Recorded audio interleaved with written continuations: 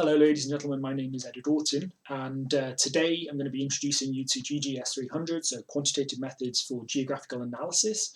And in this particular lecture I'm going to be giving you an overview of the syllabus, also the course policies. So I think now most of you had the ability to actually access Blackboard. When you're in there, if you go to the syllabus tab, you can actually download the document where all of this information is actually recorded. So if you look for GGS300 syllabus, the PDF, and you're able to look through pretty much everything that I'm presenting today, but also importantly actually look at the course structure, which I'm going to be pointing you to in order to understand what we're going to be doing over the coming weeks. So before we begin, I just wanted to provide you with a little bit of an icebreaker so you know who I am. So you can call me Ed, you can reach out to me anytime. Unfortunately, due to the COVID travel ban, I'm still stuck in the UK. So I'm in Cambridge, in the southeast of England. Unfortunately, Unfortunately, I'm not able to join you on campus quite yet, but this is my second semester. So I do have a reasonable understanding for how GGS300 is actually carried out. I just wanted to give you a little bit of a flavour as to what I like to do and who I am, so that if you're ever stuck for things to say to me, you can always ask me how my black Labrador is, George, who you can see here. So normally at the weekends or after class, after research, I can be found walking in the countryside with George and my wife as well. So this is generally how I like to relax, to get away from the computer at the end of a hard day. Okay. So what is GGS300? Well, essentially this course is going to be administered in a 100% asynchronous way, so it's going to be remote learning. That does not mean that you can't reach out to me to say, hey Ed, I'm stuck on something, can we have a Zoom? Or hey Ed, are you having, are other people having an issue with this particular thing that I'm stuck on? If they are, then I might be able to run an extra Zoom class where we can actually all get together and have a look at something in person.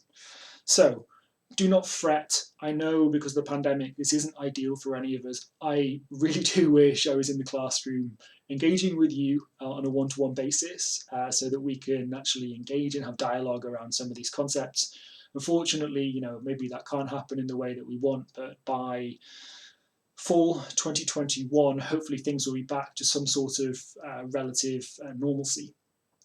Okay, so the prerequisites for GGS300 essentially are that you've taken GGS 102 and 103. Some of you may not have, but then you need to kind of reach out to me and just check that that's okay. So we do have some people sometimes not meeting these criteria, but I will just generally ask you some questions about your stats background and what you've done in the past, and just be kind of concerned that you get through the first 4, 5, 6 weeks essentially on an okay way. So do reach out to me if you've got any queries or questions, or whether you don't meet, these prerequisites. So, textbook. The whole syllabus essentially is broken down based on the McGrew book. So I previously shared this with you in the syllabus document. So you want to make sure that you get this version. So it's the 3rd edition, and everything that we're going to be doing this semester for this course is within this book. So you want to make sure that you get this as soon as possible, so that you're able to really hit the ground running in the next couple of weeks, so that you can pick up some good points on the assignments and the work that's going to be set in the first couple of weeks, when generally the material is easier than when we get towards the back end of the course and actually things start to get a little bit more complex. Obviously a lot of the concepts in statistics are also cumulative, so we're going to be building on what we're doing in the first earlier part of the course in the later part of the course. So you want to make sure that you do very well in the coming weeks. One thing that I do want to point out is that we have a TA for this particular class, Amy Rose Tawani. So here's her email. She's great, so please do reach out to her if you have any questions. She will be marking a lot of the work, so we owe her thanks for being engaged in this particular class, and we're lucky to have her. Great. So the course objectives. So what exactly are we going to be trying to do within GGS300? Well, essentially what I want you to do is to be able to actually conduct rigorous statistical methods on data, particularly relative to the spatial sciences, because that's what we're all here to study. So spatial science using potentially GIS. But in this case, we're actually going to be using some industry standard statistical software, so R. So R is a statistical language, and we'll be using the RStudio integrated development language. What's very good about this is that it's open source. Employers will be looking for you to have skills in this area for the best paid jobs. So this is a really great thing for you to be able to learn this term, to not only learn stats, but also to get a really good understanding on those key pieces of data science software. So don't worry about this at the moment. I will go through how you install that software, how we use that software this week and over the next coming weeks, so that by the time we get to week 4, 5, 6, you'll be flying through R and you know how to use the command line. So don't be too intimidated by that. What I want you to do is to actually learn how to interpret the statistical techniques in geographic research and then actually be able to relate that to the broader scientific literature. So it's one thing to just be able to run a bunch of tests, so put in a bunch of data, run the code, but then you need to understand what the numbers produced, which basically represent the processes taking place within the data, what they actually mean. And this is really key for you to actually understanding this area. So this will be a key objective for this course. And then finally, this is going to be something which I keep returning to. I want you to be able to think critically about the use and the misuse of statistics. So it's one thing to just run the code and then to try to interpret the results, but you need to think about more than just what those numbers mean. You need to think about limitations in the input data, given that most statistical tests, well, all of them, are garbage in, garbage out. Okay, so if you don't have good data, or if your data don't meet the assumptions and the requirements for the statistical test, then your results will literally be junk, or they will be garbage. So you need to be very aware of this when you're carrying out these tests, and I will constantly return to those assumptions that need to be met to use particular statistical tests within my lectures and also within the labs. Okay, so it's very clear for you that if you want to do this statistical test, then you need to make sure that you meet these 3 or 4 points that are required in order for its proper use.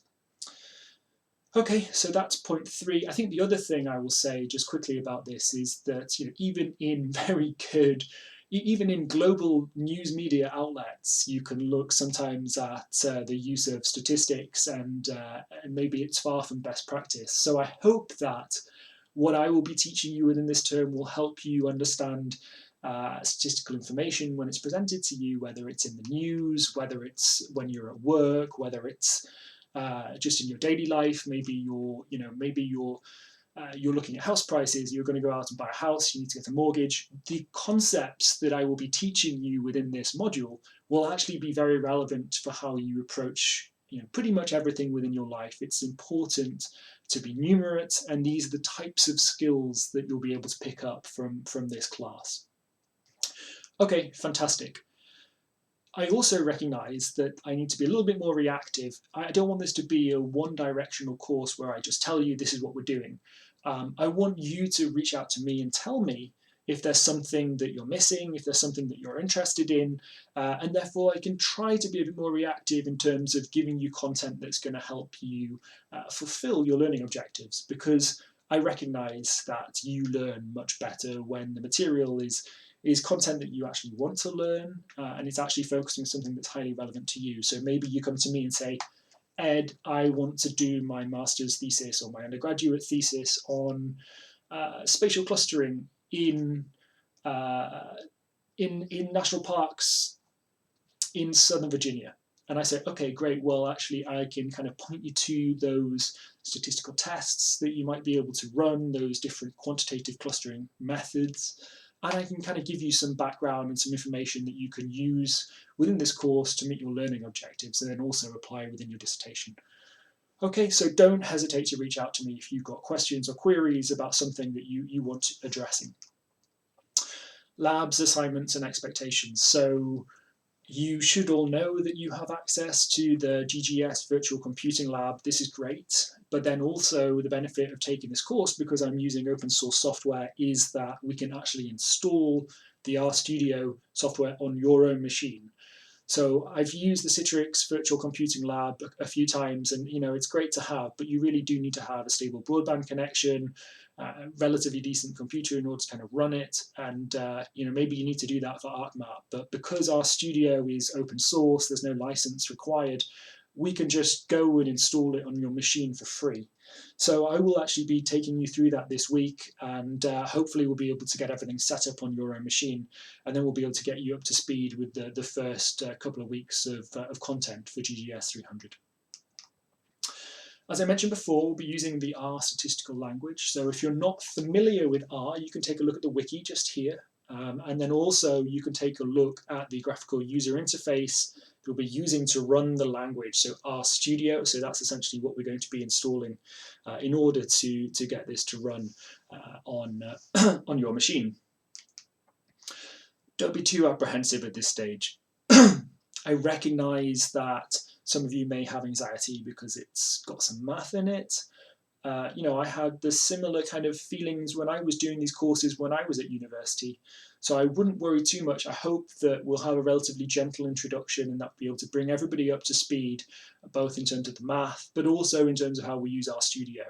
So I know when I say to you that we're going to be using scripting and we're going to be running data analysis on the command line, that's a scary thing for many people, and it does take a while to get used to, but I'm going to be really walking you through it at a relatively slow pace. It will require you to put effort in to learn, but that's just simply the way that the world works. You know, if you want to do well, then you're going to have to put the effort in order to understand the material. But what I can guarantee you is that by learning RStudio, the command line, is that you will have one of those key skill sets that essentially are highly important for succeeding in the 21st century. That is getting a job, you know, that is succeeding at your job, that is also finding something that you find meaningful in order to, you know, do that for the rest of your life and ideally make the world a better place. So this is kind of where I'm leading with the aim of the course, and I want you just to bear with me so that we can, you know, address some of these hard concepts and get you all up to speed so that you're ready to really succeed in the remaining content that I'll be giving you over the following weeks.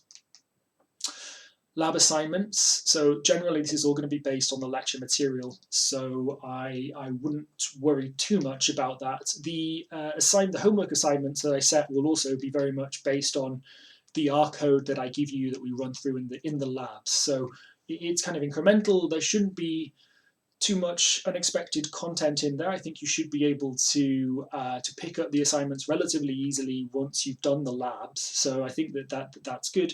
But you will need to make sure that you download all of that content from Blackboard, you run it on your machine, you follow the videos, then you do the assignments, and then you re-upload the assignment that you've produced in order for it to be marked and to be provided within your overall grade for this particular course. And you need to do that on time. So this is getting on to my next point now, which is that the lab assignments will generally be set on Thursdays and they will be due the following Thursday. And you need to make sure you get it in on time because the late lab assignments are basically penalised at 20% reduction for each day late. Okay, so you need to make sure that you're not dropping these points because they start to accumulate quite rapidly if you don't get these in on time, particularly as we get later into the course and the material gets harder. You want to make sure you're doing really well in the first 4 to 5 weeks so that you've banked up a lot of good points. Grading. So we're going to have 4 main components for the overall grade. Each is 25%. So we have the 10 lab assignments that I'll be setting, and they basically provide you with great preparation in order for you to then really excel on the midterm exams. So we've got 2 of those. The first one will cover the first third of the course. The second one will cover the second third of the course, and then the final exam basically is cumulative. It will cover the final third, but also a lot of the content that we've covered throughout the semester. Okay, so that's how the grading breaks down. I reserve the right to change this as we go through the course, depending on how things play out, essentially. So this is how it stands for the moment. I think having now run this course in the last semester, I know what works and what doesn't. So I hope that this is fairly straightforward for you now in order to basically deliver on. So as I said, the first midterm exam, that's covering the first third of the course, so that's descriptive statistics and probability. The second midterm will cover the second third, which is essentially sampling and doing kind of inferential difference tests. So these are more simple inferential tests. And then the final exam, which picks up quite a lot of the content through the term, but also some of those things that we cover in the final third that will be focusing quite a bit on the more complex inferential relationship tests. So we'll get into things like correlations and regressions and spatial autocorrelations. So essentially these are interesting tests which may be a bit more advanced than what we're covering in the middle third of the class. Okay. So I will be setting ungraded quizzes, and you should look at these positively. These are not things that you don't need to do because they're ungraded. This is the key way for me, essentially, to prepare you to really do well on the midterms and the final exam. So if you want to fail the course and not do well on the midterms and the final exam, don't do these quizzes. But if you want to do really well, what you need to do is you need to do the ungraded quizzes in advance so that I know where you're at, how the information is being absorbed, and importantly, this really sets the groundwork for delivering on the exams. So it's going to give you an indication as to what you know, what you don't know, and I thoroughly suggest what you don't know in those ungraded quizzes you go off and learn in order for you to really excel. Okay, great. Do look at the syllabus and the course tables. So if you go to the syllabus document that I shared with you, and then you go down to, I think it's page 5 there, you can see that we have the content that we're going to cover in the lecture and the lab for each week, including any homeworks or assignments that are going to be set. So we have about 5 weeks in the first third, so the descriptive statistics part and probability. We then have another 5 weeks in the second third, so unit 2, which is covering the sampling and inferential tests of difference. And then in the final third, we have about 4 weeks, which then builds up to the final exam. That final third will be on inferential tests of relationships, okay? I don't have any set office hours. So I will endeavour to engage with you as often as you reach out to me and as swiftly as possible. So generally Monday to Thursday, you're going to get highly efficient response from me. So expect to receive an answer to any questions that you have within 24 hours generally. I'm pretty quick, and I'm pretty much always available for you in order for you to massively succeed on this course. So if you reach out to me, I should be able to get back to you fairly quickly. Friday to Sunday, there will be a less efficient response. That doesn't mean that I'm not working. It just may mean that, you know, maybe I'm working on a research paper or something like this, and it might take me a bit longer to get back to you. So generally, if you want an efficient response, make sure you're emailing me Monday to Thursday. Also, when you do email me, make sure that you give me the ability to respond easily to your question. Okay, so don't just write 4 long paragraphs of open-ended questions, which is going to take me a really long time to digest and try and respond to. If you have that many questions, you're better off saying, Ed, can I come for a quick 5-minute Zoom chat with you where we can get over this hurdle and we can address these issues.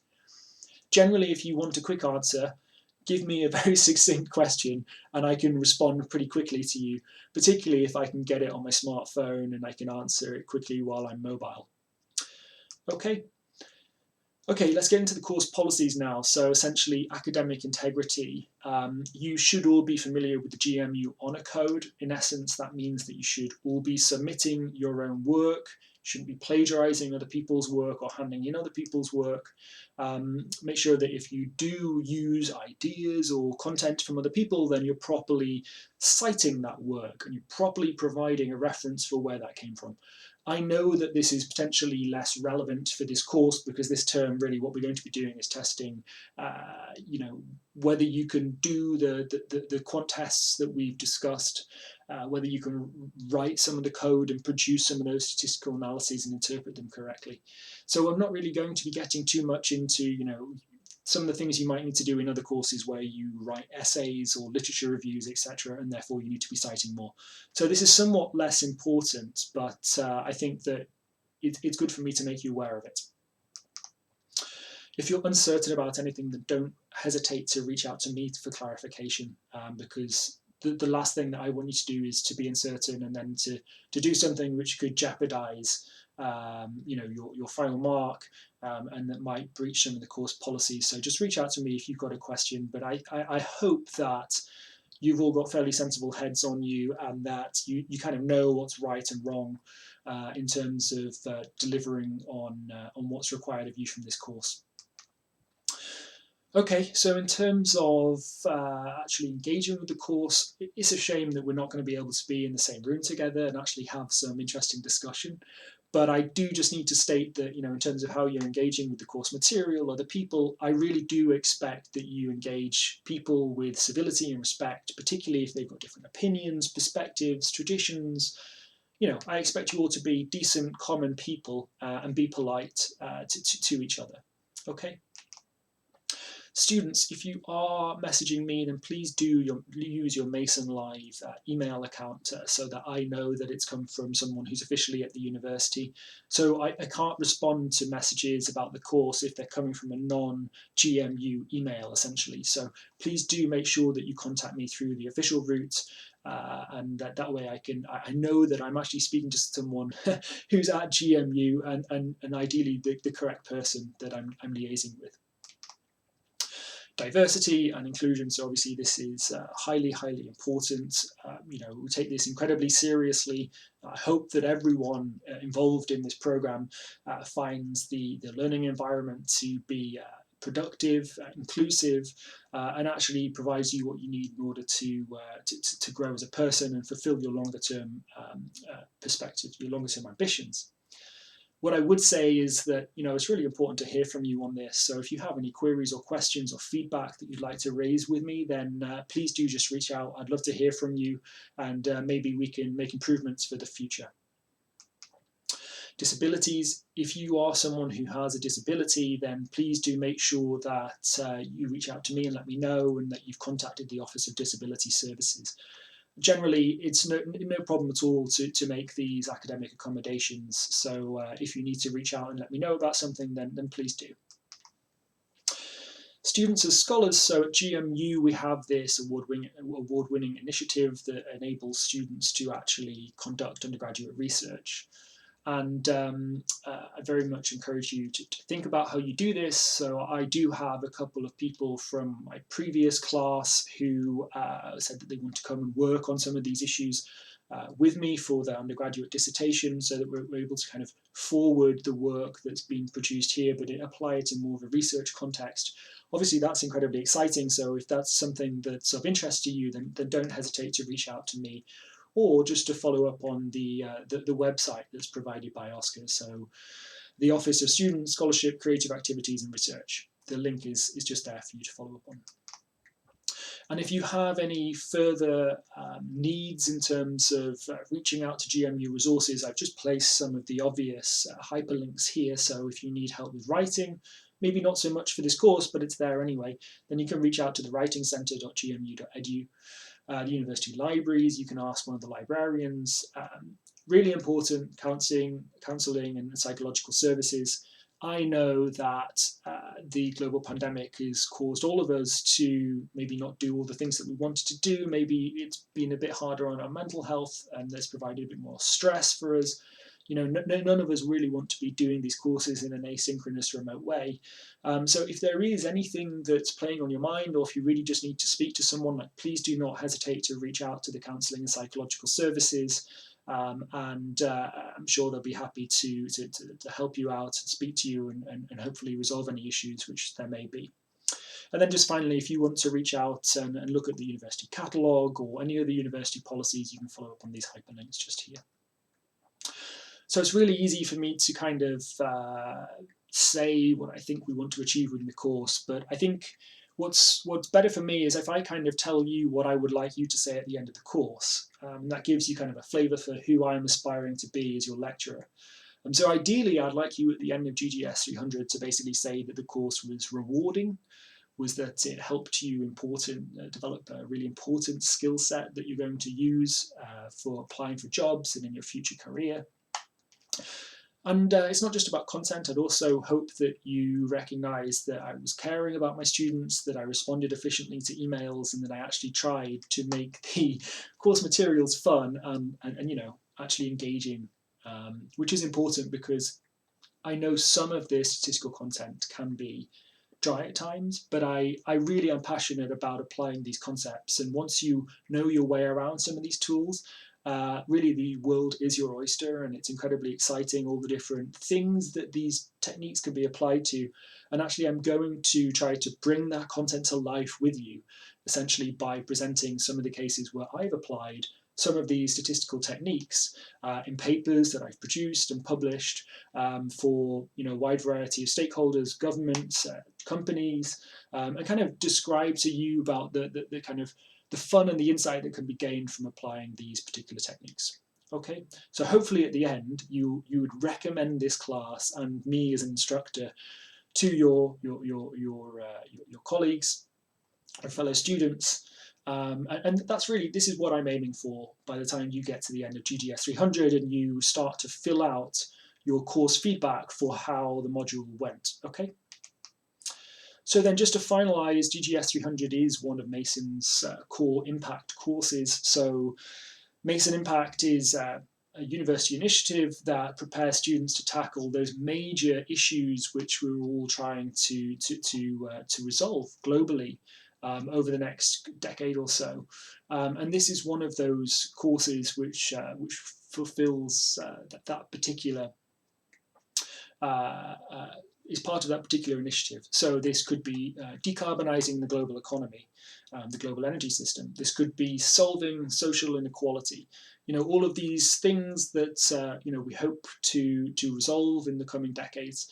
It's a good example of how important the content is that I'll be presenting on this particular course, that it's part of this impact course, because actually if you understand and you hold on to the skills that I'm going to hopefully pass on to you through this course, then you'll be able to actually address some of those major challenges which we're going to be working towards to make the world a better place. Okay, so that's me.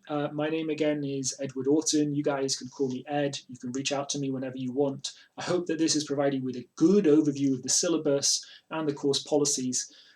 So where do we go from here? I will be following up with another video which provides you with the first week of introductory material. So essentially, this is just providing you with an overview of the course. We do still have a lecture this week that I need to get through, which will provide you with some of the basics of statistics in spatial sciences, and then also the lab, essentially. So I will be helping you install the RStudio software. I'll be providing a little bit of time on that, and then we're going to go over how we actually use some of the command lines, so how we actually write basic math, or how we actually run the code to do very basic things. So it's not mentally tasking. You should be able to keep up with it, I hope. And if you don't, then just reach out to me and we can have a chat about how to progress. Okay, well, thank you very much for tuning in, and I'll see you all soon. Goodbye.